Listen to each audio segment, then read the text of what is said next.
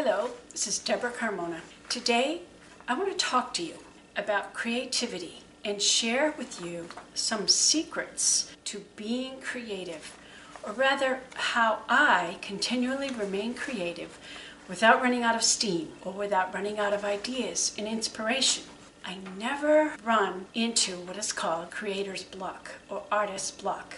I was having a conversation with my daughter, and I was telling her how that I never run out of ideas.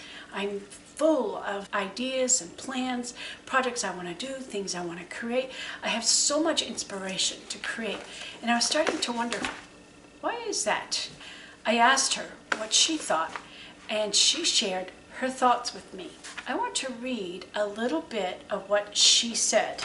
I think part of it is that we are all so busy looking at you and wondering if there is some special motivation you have or secret to your focus and drive. Meanwhile, you're not looking at anyone else but the project in front of you, busily and happily working away. And when you're done, you still don't look at others. You go about your day doing your other tasks and probably will start another project or two. Yeah, that's very likely. Whenever I try to define who I am, I don't know where to begin. Like in naming my YouTube channel, what should it be called? I have a hard time deciding what should be my channel banner. When I try to define who I am in type words and what my channel is about, I struggle to come up with a simple conclusion because I am complex. What should my brand be? What should my logo be? What would best represent who I am or what my channel is about? I see other channels with clever names that capsulize what their channel is all about, and they usually have a great logo to go with it. I am not good at just one thing. I have many interests, and I like to change up what I do. I don't want to get stuck doing the same thing every day. I love to paint, but I would get bored doing it all day, day after day. I could sit and paint for a few hours, but then I need to do something else. The house needs repairs. There's baking to do, and the usual household upkeep to keep my home and working space clean and uncluttered. I love variety, so I have settled on my channel name to simply be my name, my own name. I am my brand. Let my name be the representation of who I am and what my channel is about. I'll probably never be famous, but it is what it is. I'm still amazed that my channel has had over 5 million views. To me, that is phenomenal. On a daily basis, there are almost 1,000 people watching one of my over 800 videos. That's incredible. Thanks. Sometimes I think to myself that I should be more focused on a few things and drop everything else, become a master of one great thing. But that is not who I am. I've been told that I am into too many crafts. Is there such a thing as having too many interests? I have been told that my YouTube channel would be far more successful if I focused on one thing. But that is not me. Oh sure, I would like to have greater success and I wish for my YouTube income to be greater than it is, but I just can't fit into a single box. I get offers all the time of people offering their marketing services to help grow my YouTube channel, and I decline every single one of them. I don't want to be put on a specific structure or a specific regimen to gain success. That would kill my creativity. A diamond that sparkles the most is the one who has the most facets. So I want to be that diamond. Let's return to my daughter's thoughts on the matter concerning my creativity. You are not out looking for inspiration. You're not comparing yourself to anyone else. You just get started on as soon as you can. Do you not need inspiration? Of course you do. But you find inspiration everywhere with hardly enough time to do all that you are inspired to do. That's true.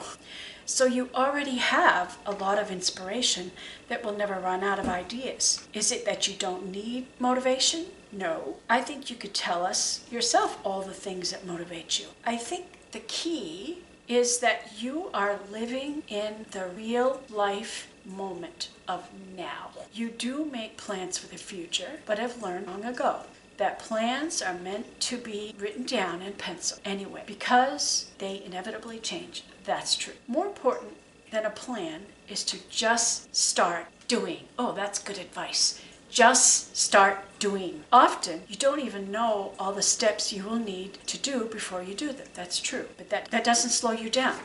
That is also true. I believe you are an incredibly grounded person. Very grounded in the here and now, the real and tangible and mundane magic of living every single day to the fullest. Oh, those good words. Grounded in the real and tangible and mundane magic of living every single day to the fullest. You thrive off your daily work. It doesn't even feel like work to you. No, it feels like play. You work and live within your creative world so closely that you bring the creativeness right into your home, into every aspect of your life.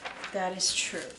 The beauty of my free-flowing creativity is that I do what I want, when I want to do it. I have the power to just be me. So what? My channel grows slowly, like a turtle, moves along slowly.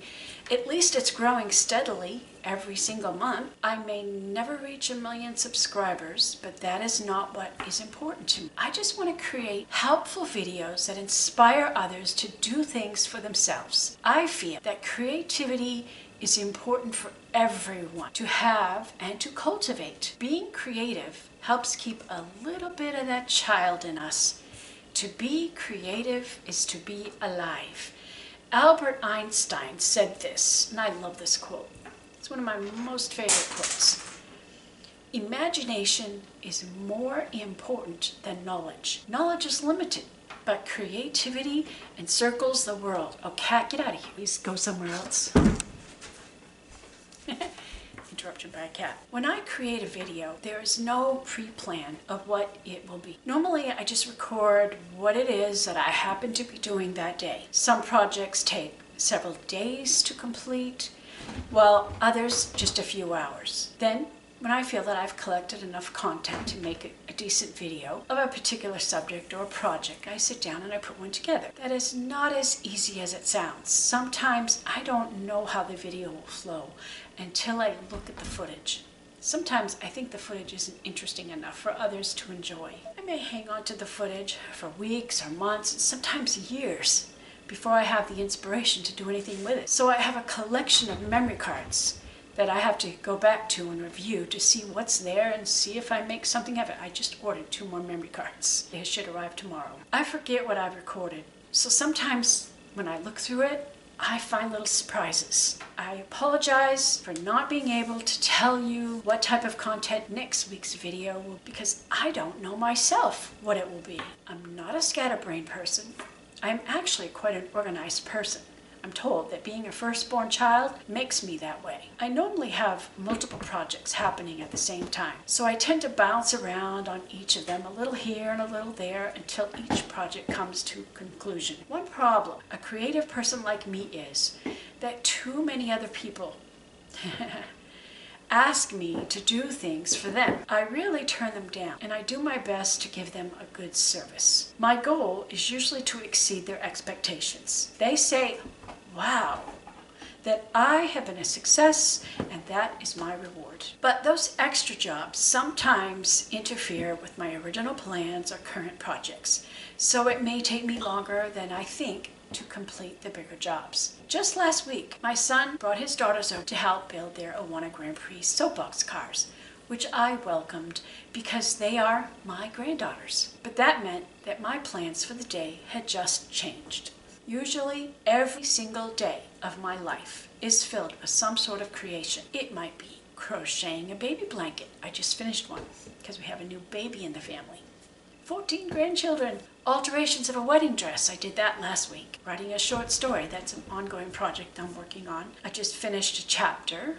I'm thinking that what I'm writing, I'm doing a separate file for each, and they might be put all together for a book. It's kind of the story of my life. There's some interesting facets. It might make a good book, so I'm dabbling around with that. I might be sketching out the next painting, or weaving fabric, baking bread, continuing on our home DIY project, sewing a garment, making greeting cards, which I do at least once a month because I have to keep up with all the birthdays and anniversaries in my family. Or coiling a basket, or crafting a new piece of dollhouse furniture, or building my crafting cottage. Oh, I want to get back to it, but I just have all this other stuff going on. Or I could be editing a video.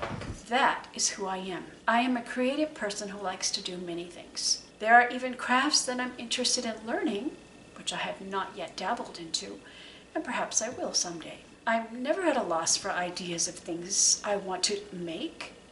I guess because I allow myself the freedom of being who I am, so the creativity just naturally flows through me. Not everything turns out perfect. I run into problems that need to be overcome. Albert Einstein has a good thought about problems. He says, "It's not that I'm so smart, it's that I stay with problems longer." We learn from every experience, even the ones that don't turn out right. Mary Kay said this, "We fail forward to success." My favorite saying is this, "If there's a will, there's a way." Some people are so afraid of failure, they just give up. They don't try. They become quitters. Albert Einstein said, my cat's playing. Albert Einstein said, "We cannot solve our problems with the same thinking we used when we created them." Sometimes it takes out-of-the-box thinking to solve a problem. Boy, does our government need to hear that. Let's go back to my daughter's words. No one is meant to be perfect, and it's not perfection that makes one content. Everything you do, whether it's a masterpiece or a dud, is another personal art lesson you gave yourself. Each brushstroke or erased line is a moment of learning and growing. I think you understand this fully, that every day and every action is an opportunity to learn and grow. You keep getting better because you keep on going. It never mattered how many times you failed or messed up because you enjoyed every single step, and every step made you wiser and better. Yes, every experience adds to our development. We can learn just as much from mistakes and failures as we can from our successes. I have one more quote from Albert Einstein. I have quoted him quite a bit here. Why not look to the geniuses, okay, for great wisdom? But I think this is valuable. He said, Albert Einstein, the great genius, said, "Everybody is a genius. You are a genius. I am a genius. We're all geniuses." He said, "Everybody is a genius, but if you judge a fish by its ability to climb a tree, it will live its whole life believing that it is stupid." Don't compare yourself with others. The Bible says we are unwise when we compare ourselves among ourselves. Comparison can lead to disappointments and discouragement. Do you remember in the movie It's a Wonderful Life, in the beginning, they're having a conversation about George Bailey, and Clarence, the guardian angel, was told, "There's a man on earth. He needs your help." And Clarence asked, "Is he sick?" The answer came back to him, "No, worse. He's discouraged." Discouragement will stop you from doing, stop you from trying. Every person is unique, and the only person we should live up to is ourselves.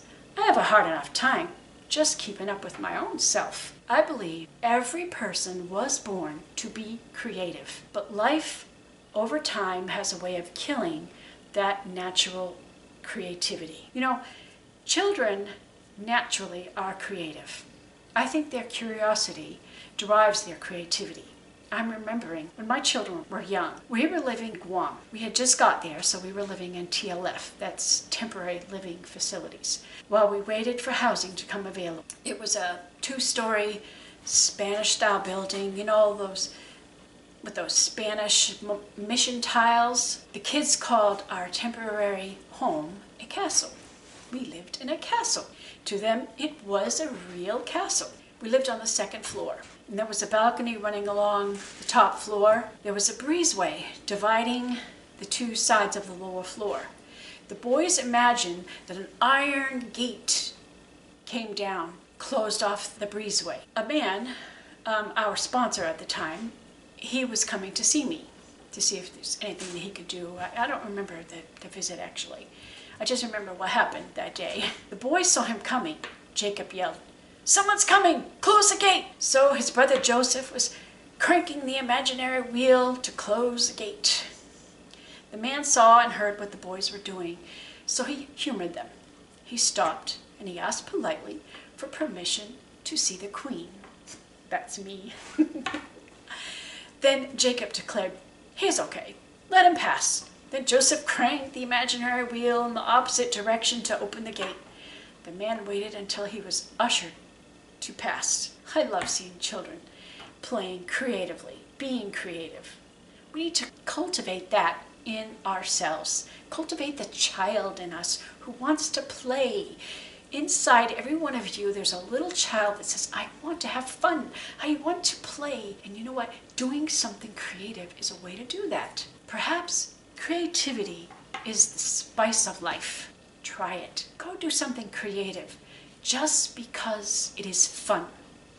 I want to read my daughter's closing summary. So laugh at your mistakes. Feel the joy in the present moment. Write your plans in pencil. Let life be your inspiration. See the beauty in the mundane and never stop doing what brings you joy. Hard work is fun when you are doing what you love. And I do love what I do. That's why I'm happy, I'm content, and I'm having fun playing every single day.